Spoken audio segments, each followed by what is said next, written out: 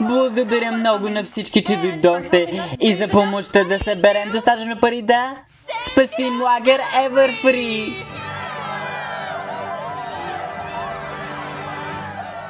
Благодаря ви за всичко. Ако само помолих за помощ от начало. Не се поти. Някак, което правиме.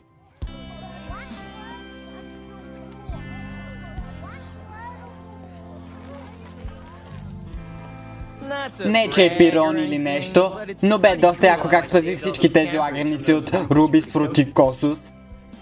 Клони на капина.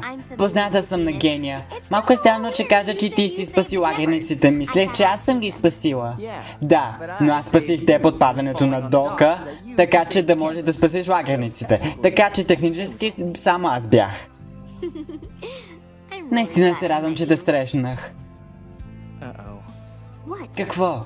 Това прозвуча като с Богом. И аз се надявах, че тук още може да излизаме. Може би да вечеряме и гледаме филм?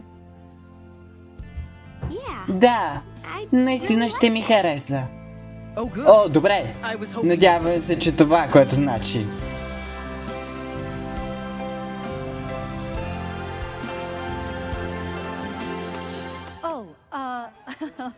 Извинете, трябва да взема Тимбър.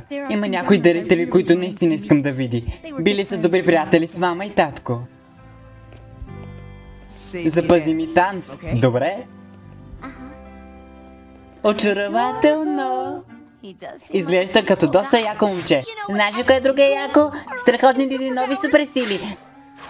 Вижда се като хиляди лици. На сцената съм и още имам време да взема пица. Обичам суперскоростта си. Относно това, мисля, че кристалите са източникът на суперсилите. Няма да ни може да се откажем от тях, нали? Не, всъщност мисля, че би трябвало да ги имаме от самото начало. И аз.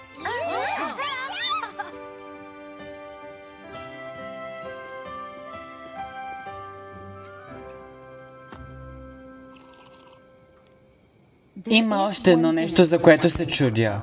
Какво е то? Откъде идва магията на тази пещера?